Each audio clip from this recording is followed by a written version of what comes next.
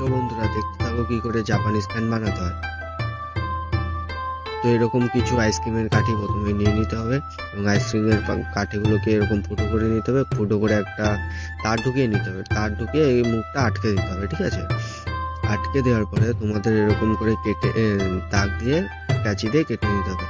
কেটে নেওয়ার পর এই আইসক্রিমের কাঠিগুলো দিয়ে এখানে দাগ দিয়ে মাপ নিয়ে নিতে হবে।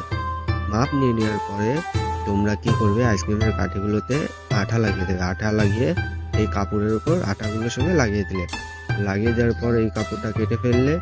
কেটে ফেলার পর তোমরা সুন্দর একটা কালারিং কাগজে এরকম দাগ দিয়ে এটাকেও কেটে নিলে। তারপরে কেটে নেওয়ার পর এরকম পাখাতে লাগিয়ে দিয়ে আর ভালো করে আঠাটা লাগাবে, ঠিক আছে। ভালো করে আঠাটা লাগানোর পর এরকম কেটে দিলে, যেরকম ভিডিওতে দেখাচ্ছে, কেটে দেওয়ার পর ভালো করে সুন্দর করে আঠাতে লাগিয়ে দিলে, ভাঁজ করে দিলে এরকম।